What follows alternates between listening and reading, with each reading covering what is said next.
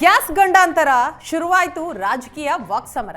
Auto gas ಸಮಸ್ಯೆಗೆ ಕೇಂದ್ರ ಸರ್ಕಾರದ ವೈಫಲ್ಯವೇ ಕಾರಣ ಅಂತ ಆಹಾರ ಸಚಿವ ಮುನಿಯಪ್ಪ ಆಕ್ರೋಶ ವ್ಯಕ್ತಪಡಿಸಿದ್ದಾರೆ. ಬಾಗಲಕೋಟೆಯಲ್ಲಿ ಮಾತನಾಡಿದಂತಹ ಮುನಿಯಪ್ಪ 2 ತಿಂಗಳಿನಿಂದ ಕೇಂದ್ರ ಸರ್ಕಾರ ಎಲ್ಲ ವ್ಯವಸ್ಥೆ ಮಾಡಿಕೊಳ್ಳಬೇಕಿತ್ತು. ಬಿಜೆಪಿ ಇರುವ ರಾಜ್ಯಗಳಿಗೊಂದು, ಇತರೆ ರಾಜ್ಯಕ್ಕೊಂದು ನೀತಿ, ಪರ್ಯಾಯ ವ್ಯವಸ್ಥೆ ಮಾಡಿಕೊಳ್ಳುವಲ್ಲಿ ಕೇಂದ್ರ ವಿಫಲವಾಗಿದೆ ಅಂತ ಆಕ್ರೋಶ ವ್ಯಕ್ತಪಡಿಸಿದ್ದಾರೆ. ಆಟೋ ಸಮಸ್ಯೆ ಪರಿಹಾರಕ್ಕಾಗಿ ಕೇಂದ್ರ ಸರ್ಕಾರಕ್ಕೆ ಈಗಾಗಲೇ ಪತ್ರ ಬರೆದಿದ್ದೇನೆ. ಗ್ಯಾಸ್ ವಿತರಣೆಯಲ್ಲಿ ಕೇಂದ್ರ ಸರ್ಕಾರ ಸಂಪೂರ್ಣ ವಿಫಲ ಆಗಿದೆ. ಏಪ್ರಿಲ್ 10ರಂದು ಮಾತುಕತೆ ಮಾಡ್ತೇನೆ ಅಂತ ಸಚಿವ ಮುನಿಯಪ್ಪ ಅವರು ಹೇಳಿದ್ದಾರೆ.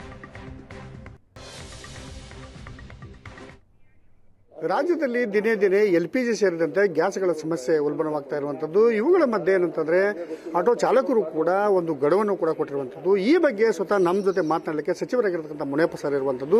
ಈಗ ಪರಿಸ್ಥಿತಿ ಏನಾಗಿದೆ ಅನ್ನೋದನ್ನ ಈಗ ನಾವು ಅವರಿಂದಲೇ ಕೇಳಿ ತಿಳ್ಕೊಂಡು, ಸರ್ ಇವತ್ತಿನ ದಿವಸ ಏನೊಂದು ಗ್ಯಾಸ್ ಸಮಸ್ಯೆ ಆಗ್ತದೆ, ಇದಕ್ಕೆ ಮೊದಲನೇದಾಗಿ ಹೇಳೋದಾದ್ರೆ ನೋಡಿ, ಪೆಟ್ರೋಲ್ ಆಗಲಿ, ಗ್ಯಾಸ್ ಆಗಲಿ, ಡೀಸೆಲ್ ಆಗಲಿ, ಇನ್ನು ಸ್ವಲ್ಪ ಹೇಳ್ತೀನಿ, ಇವೆಲ್ಲ ಕೂಡ ಕೇಂದ್ರ ಸರ್ಕಾರದ ವ್ಯಾಪ್ತಿಗೆ ಬರೋದು. ರಾಜ್ಯ ಸರ್ಕಾರದ್ದು ಇದರಲ್ಲಿ ಪಾತ್ರ ಏನೂ ಇಲ್ಲ.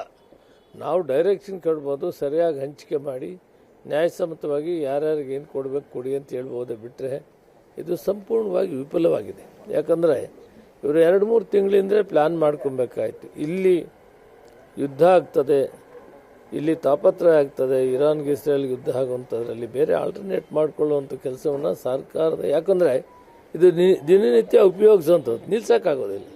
ಇವತ್ತು ಹೋಟ್ಲುಗಳು ಸಾವಿರಾರು ಕೋಟಿ ರೂಪಾಯಿ ಲಾಸ್ಗೆ ಹೋಗಿದ್ದಾರೆ. ಯಾಕೆ ಕಾರಣ? ಕೇಂದ್ರ ಸರ್ಕಾರದ ವಿಫಲ. ಈಗ ಅವರು ಮೇಂಟೈನ್ ಮಾಡೋಕ್ಕಾಗ್ತಾ ಇಲ್ಲ. ಕಟ್ಲಿಸ್ಟಲ್ಲಿ ಕೆಲಸ ಮಾಡೋರಿಗೆ ಅವಕಾಶ ಆಗ್ತಾಯಿಲ್ಲ. ಅಲ್ಲಿಗೂ ನಾವು ಇರೋದರಲ್ಲಿ ಅರೇಂಜ್ಮೆಂಟ್ ಮಾಡಿ ಹೋಟ್ಲವ್ರಿಗೂ 20-30% ಇದ್ದಿದ್ದೀವಿ, ಕೊಟ್ಟಿದ್ದೀವಿ. ಆದರೆ ಇದು ಸಂಪೂರ್ಣವಾಗಿ ಕೇಂದ್ರ ಸರ್ಕಾರದ ವಿಫಲತೆ ಅಂತ ಗೊತ್ತಾಗ್ತದೆ. ಆಟೋ ಗ್ಯಾಸ್ ಇವರು 50% ಮಾತ್ರ ಆಯಿಲ್ ಕಾರ್ಪೊರೇಷನ್ ಸರ್ಕಾರದ ಕೊಡ್ತಾರೆ, ಇನ್ನು 50% ಇವರು ಪ್ರೈವೇಟ್ನವ್ರು ಕೊಟ್ಬಿಟ್ಟಿದ್ದಾರೆ ಏಜೆನ್ಸಿಗಳಿಗೆ. ಆ ಪ್ರೈವೇಟ್ ಏಜೆನ್ಸಿ ಒಂದಕ್ಕೆ ಡಬಲ್ ಮಾಡ್ತಾರೆ ಮತ್ತು ಸಪ್ಲೈ ಕೊಡೋದಿಲ್ಲ. ಮತ್ತು ಏನು ಆಟೋ ಗ್ಯಾಸ್ ಉಪಯೋಗಿಸ್ತಾ ಇದ್ರು ಅವರಿಗೆ ಕಷ್ಟ ತಂದಿಟ್ಟಿದ್ದಾರೆ. ಪಾಪ ಅವರು ದಿನ ಬೆಳಗಾದರೆ ಆಟೋ ಓಡಿಸಿ ಜೀವನ ಮಾಡೋರು. ನಿನ್ನೆ ಅವರೆಲ್ಲ ಮನೆ ಹತ್ರ ಬಂದರು, ಅವ್ರ ಕಷ್ಟಕ್ಕೆ ಅರ್ಥವಾಯಿತು. ಇದೆಲ್ಲ ಸಂಪೂರ್ಣ ವಿಫಲ ಆಗಿದೆ. ಅದಕ್ಕೆ ನಿನ್ನೆ ನಾನು ತಕ್ಷಣ ಪತ್ರ ಬರೆದಿದ್ದೀನಿ. ಇದನ್ನು ಅಡ್ರೆಸ್ ಮಾಡಿ ನೀವು ತಕ್ಷಣ ನನ್ನ ಮಾತನ್ನು ಹೇಳಿದ್ದೀನಿ. ಜೊತೆಗೆ ನಾನು 10ನೇ ತಾರೀಕು ಕೂಡ ಮಾತಾಡ್ತೀನಿ. ಅಷ್ಟರೊಳಗಡೆ ಅವ್ರು ಸ್ವಲ್ಪ ಪರಿಹಾರ ಮಾಡಿದರೆ ಒಳ್ಳೆಯದು. ಸರ್, ಈಗ ಪತ್ರವನ್ನು ಯಾರಿಗೆ ಬರೆದಿರುವಂಥ ಸರ್, ಏನೆಲ್ಲ ಅಂಶಗಳ ಪ್ರಮುಖವಾಗಿ? ಪೆಟ್ರೋಲಿಯಂ ಮಿನಿಸ್ಟ್ರಿ ಏನೆಲ್ಲ ಅಂಶಗಳನ್ನು ಎಲ್ಲ ಹೇಳಿದ್ದೀನಿ. ಪೆಟ್ರೋಲು, ಡೀಸೆಲ್ಲು ಮತ್ತು ವಿಶೇಷವಾಗಿ ಇವತ್ತು ಹಾಹಾಕಾರ ಆಗಿರೋದು ಗ್ಯಾಸ್ದು.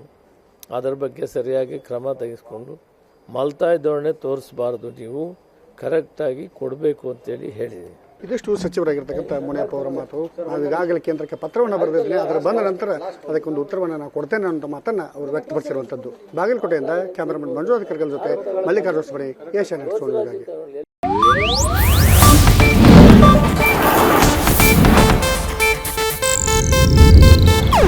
ಇದು ಏಷ್ಯಾನೆಟ್ ನ್ಯೂಸ್ ನೆಟ್ವರ್ಕ್ ಪ್ರಸ್ತುತಿ.